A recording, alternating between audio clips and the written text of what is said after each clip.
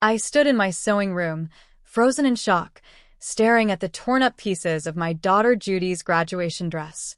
My hands shook as I bent down and gently picked up the soft silk and lace from the floor.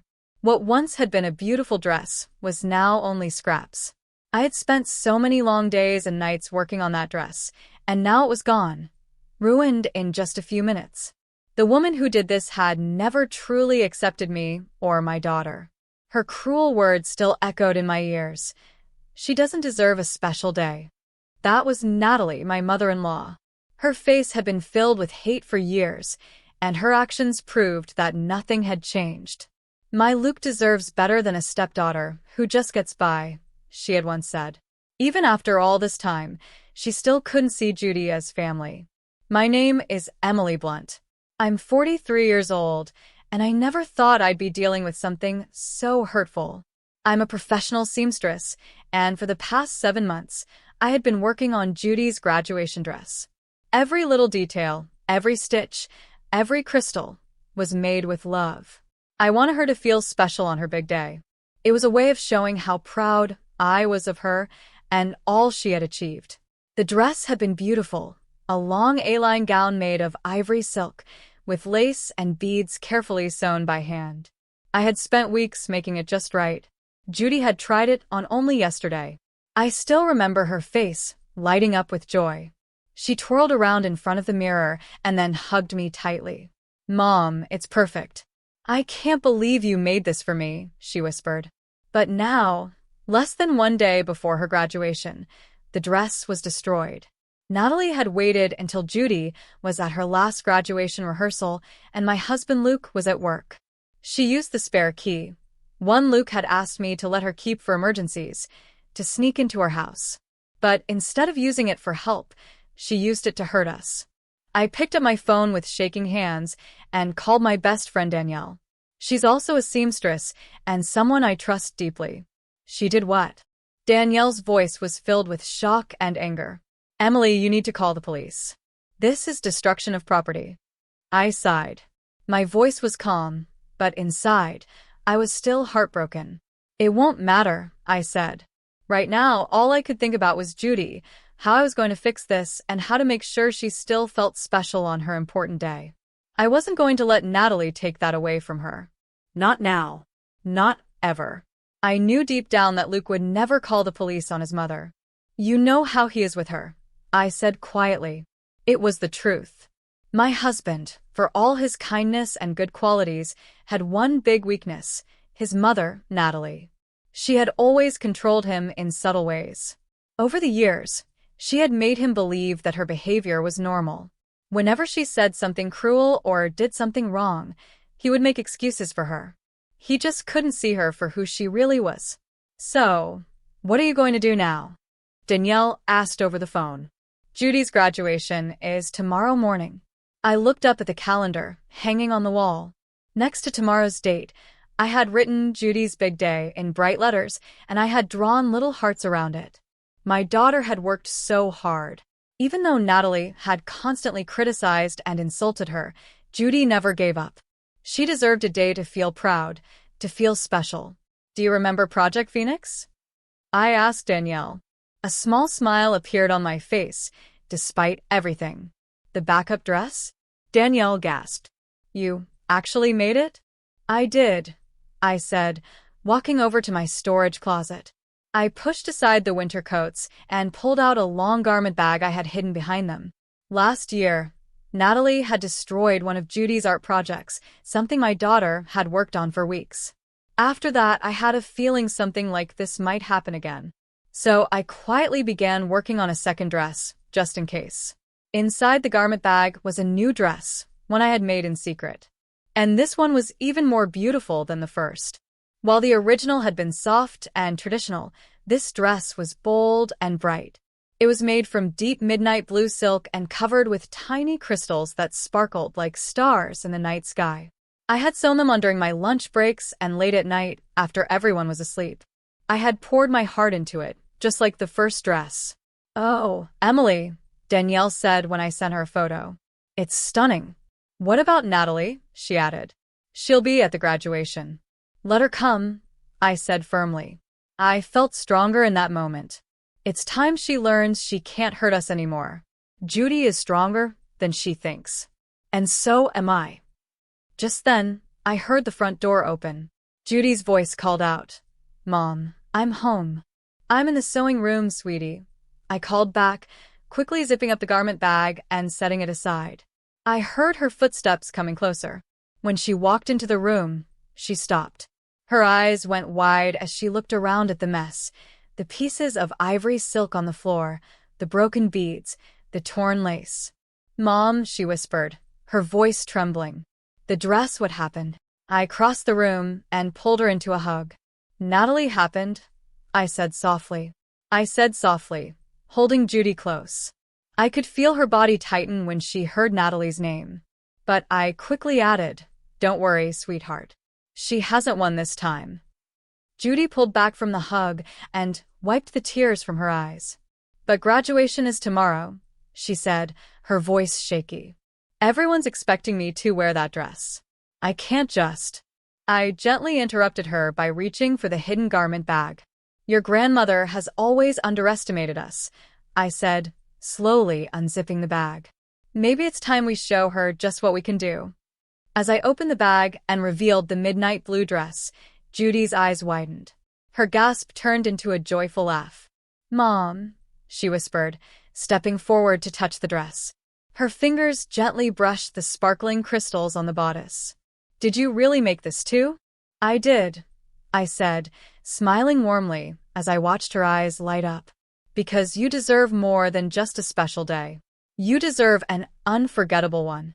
"Natalie might have torn your dress," I continued, "but she can't destroy who you are.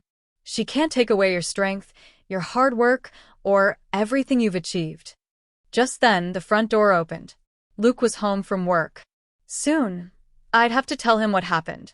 How his mother came into our home and destroyed something that meant so much. I knew he would probably try to defend her, like he always did. But right now, I didn't want to think about that. This moment was about Judy. I held my daughter close, both of us looking at the dress together. It wasn't just a gown. It stood for something bigger. It was about being strong, being ready, and not letting anyone dim your light. "Try it on," I said gently, handing it to her. I already imagined the look on Natalie's face. That alone would be worth everything. Sometimes, the best way to fight back isn't by yelling or arguing. It's by being prepared and rising above it all. Natalie had tried to ruin Judy's big day. But she had no idea that her cruel plan was about to fail in the best possible way. The next morning, the sky was clear and sunny. It felt like the world was finally giving Judy the day she deserved. I was adding the last touches to her makeup when I heard a sudden breath from the doorway. It was Luke. He stood there, staring at Judy in the dark blue dress that sparkled like stars. His mouth opened slightly in surprise. That's not the dress I saw last week," he said slowly, his eyebrows drawn together. "What happened to the ivory one?" Judy shifted uncomfortably beside me, but I gently kept my hand steady. This was her moment, and nothing, especially not Natalie, was going to ruin it. As I gently applied Judy's mascara, Luke stood nearby, still looking confused.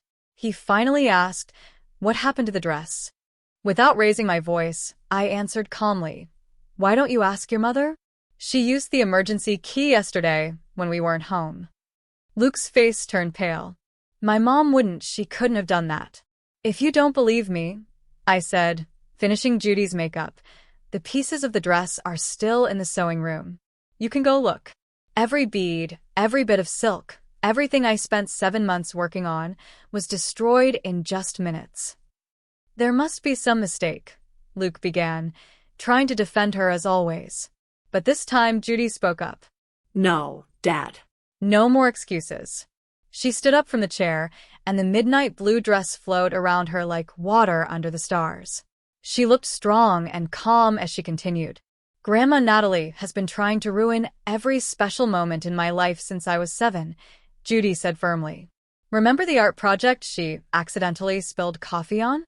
The piano recital she tried to cancel? Every time something important happens, she finds a way to ruin it or make it about herself." I looked at Luke. watching the truth finally hit him. For years, he had ignored his mother's behavior. He always made excuses for her actions, hoping things would get better. But now, standing in front of his daughter, seeing the sadness and strength in her eyes, something changed in him.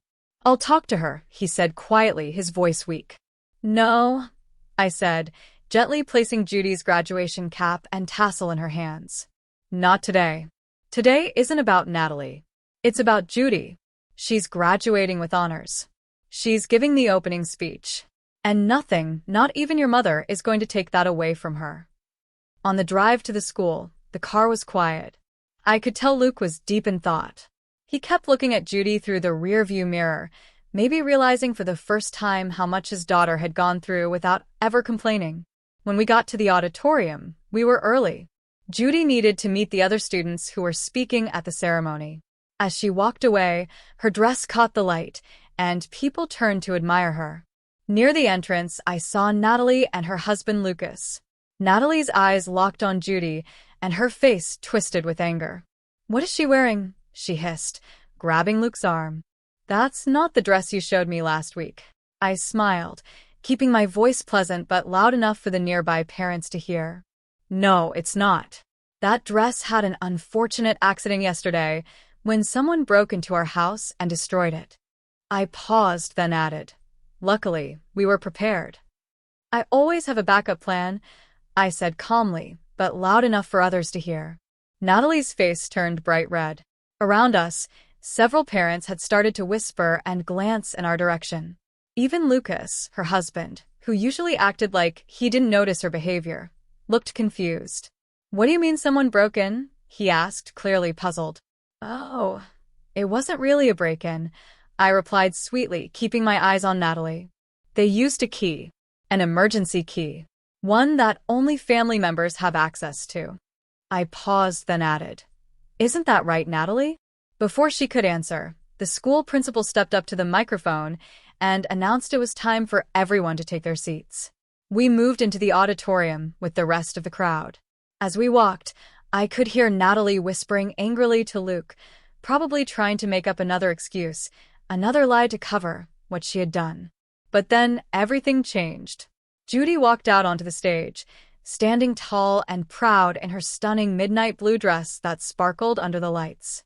Even Natalie, full of anger and pride, went quiet. Judy stepped up to the microphone to give the opening speech. Her voice was strong and steady. The audience immediately quieted to listen. "Life isn't about the obstacles people put in our way," Judy began. Her eyes searched the crowd until they found mine. She gave me the smallest smile before continuing. "It's about how we choose to overcome them." She paused for a moment and then said, "Sometimes, the people who should support us the most are the very ones who try to hold us back. But real strength doesn't come from never falling. It comes from getting back up every time someone tries to knock us down." I glanced over and saw Luke wiping a tear from his eye. For the first time, he was truly hearing what Judy had been trying to tell him all these years. That his mother, the woman he loved and protected, had been hurting the people he loved most. Natalie sat stiffly in her seat. Her face was tight with anger, but she said nothing. Judy's words filled the auditorium with honesty, courage, and hope. She spoke about staying strong during hard times, about never giving up, and about preparing for life's surprises, even the painful ones. When Judy finished her speech, the room filled with loud applause. People stood and clapped as she returned to her seat. The crystals on her dress caught the light and shimmered like stars falling from the sky. I caught Natalie's eye for just a moment. And for the first time in 16 years, I saw something different in her expression. Not just anger, but fear. Not fear of me, exactly, but fear of what I stood for. I was someone she couldn't control. Someone who would never let her hurt my daughter again. The rest of the ceremony passed in a blur. When Judy's name was called and she walked across the stage to accept her diploma, she didn't just walk, she glided. Each step she took was quiet, strong, and full of pride. Every movement was a statement. She had won. The dress I made in secret, which started as a simple backup plan, had become something much more powerful. It was born from years of expecting Natalie's tricks and cruel behavior. What began as a safety net had turned into a symbol of strength and quiet rebellion. As the graduates threw their caps into the air, I watched my daughter smile and hug her friends. Her joy lit up her whole face. It was a smile brighter than any star, and brighter than any darkness Natalie had tried to bring into our lives. Natalie's attempt to ruin Judy's graduation had completely failed. Instead of being embarrassed or hurt, Judy stood proud and happy. Parents, teachers, and students all stopped to say how beautiful she looked. But it wasn't just the dress that got attention, it was what the dress stood for. This moment wasn't just about one special day. It was about everything that had built up over the past 16 years. Every time Natalie had made Judy feel small. Every time she tried to ruin something important. Every time we forgave her, hoping she'd change. This day was a turning point. As we gathered outside for photos, I glanced at Natalie. I could see her mind working. Maybe she was finally starting to realize that her control over our family was slipping away. But what she didn't know was that this was only the beginning. The midnight blue dress was not the only backup plan I had created. Over the years, I had been preparing in other ways too. Sometimes the best kind of revenge isn't loud or dramatic. Sometimes it's quiet, slow, careful. It's in the moment someone realizes that all their efforts to tear you down only made you stronger. And Natalie was about to find that out. After the ceremony, while other families were laughing and heading off to celebrate, we stood in tense silence in the school parking lot. No one said a word until Luke, who had been quiet since Judy's speech, finally turned to his mother. "You need to give me your house key back," he said in a calm but firm voice, holding out his hand. "I can't trust you anymore." Natalie's face twisted in anger. "How dare you?" she snapped. "After everything I've done for this family." Judy stepped forward, her dress sparkling in the sun. "You mean like destroying my first dress?" she asked. "Or should we talk about all the other things you've done?" I opened my purse and pulled out a small leather notebook. "Actually," I said, looking directly at Natalie, "let's talk about it." She looked confused. "I've written everything down," I said. "Every accident, every cruel comment, every time you try to hurt Judy, since she was 8 years old." For the first time, Natalie's smug look disappeared. And in that moment, she finally understood. We were done letting her win. I opened the notebook and turned to the first page. "May 18th, 2013, I read aloud. Natalie spilled bleach on Judy's art project the night before the school exhibition." I turned another page. "November 11th, 2016, Natalie called the school and pretended to be me. She canceled Judy's piano recital." Lucas, Natalie's husband, looked shocked. "You kept records?" he asked, surprised. "Yes," I said, holding the notebook firmly. "I wrote down everything with dates, photos, and even the names of people who saw what happened. After the third accident, I realized we might need proof someday." Luke, my husband, took the notebook from my hands. His fingers shook as he turned the pages, reading the painful truth written on each one. He had spent years defending his mother, but now the facts were right in front of him. "Mom," he whispered, looking up at Natalie, his voice full of hurt. "How could you do all this?" Natalie's face turned red. She pointed at Judy and shouted, "She's not even your real daughter. She doesn't deserve any of this." That was the moment Luke broke. "Judy became my daughter the day I married Emily," he said, his voice loud and clear across the parking lot. "She's more of a family to me than you are right now." Natalie turned to Lucas, hoping he'd defend her. But he was still reading over Luke's shoulder, his expression changing with each line he read. His jaw tightened. "Natalie," he said slowly, "did you really tell Judy's college counselor she was mentally unstable? Just to hurt her chances of getting into college?" "I was protecting the family," Natalie snapped. "I didn't want her to embarrass us." "The only embarrassment here is you," Judy said quietly but firmly. "And, by the way, I got into every college I applied to. Mom helped me send my applications through a different counselor." I stepped closer to Natalie and looked her straight in the eyes. "That's what you never understood. Every time you tried to hurt Judy, you actually made us stronger. You made us smarter. You made us more prepared. That dress you ruined? I continued. That wasn't the first backup plan I made. And it won't be the last. What do you mean? Natalie demanded. Judy stepped forward, her voice calm and steady. She means we have copies of everything, she said. Every mean email you sent, every manipulative text message, the video from when you used the key to sneak into Mom's sewing room. Even the audio of you bragging to your friends about ruining my art project. Natalie's face went pale. You can't prove. Actually, we can, I interrupted. And unless you want all that proof shared with the whole family, including your church group and your charity board, you're going to do exactly what we say. Lucas gently placed a hand on his wife's shoulder. Natalie, he said firmly, it's time to go home. We need to talk, Lucas said to Natalie, his voice full of disappointment. As the two of them walked away, Luke turned to us with tears in his eyes. I'm so sorry, he said quietly. I should have seen it sooner. I should have protected both of you. Judy stepped forward and hugged him tightly. But you see it now, she said gently. That's what matters. Later that evening, we went to Judy's favorite restaurant to celebrate her graduation. Laughter filled the air, and the weight of the day began to lift. As we enjoyed dinner and dessert, our phones started buzzing one after the other. Natalie had made a long post on social media. She apologized for her recent behavior and said she would be stepping down from all her positions on community boards and groups. She claimed she needed time to focus on personal growth. Do you think she really means it? Judy asked, taking a bite of her chocolate cake. I laughed softly. No, not really. But she knows we have proof. Proof that could ruin the perfect image she spent years building. Sometimes the best kind of revenge isn't shouting or public shame. It's letting someone live with the fear of being exposed at any moment. And Natalie would now carry that fear with her always. Luke reached across the table and gently held my hand. You're amazing, he said, looking at both me and Judy. I don't deserve either of you. Judy cut him off with a smile. Don't say that. We're family. Real family. And real family protects each other.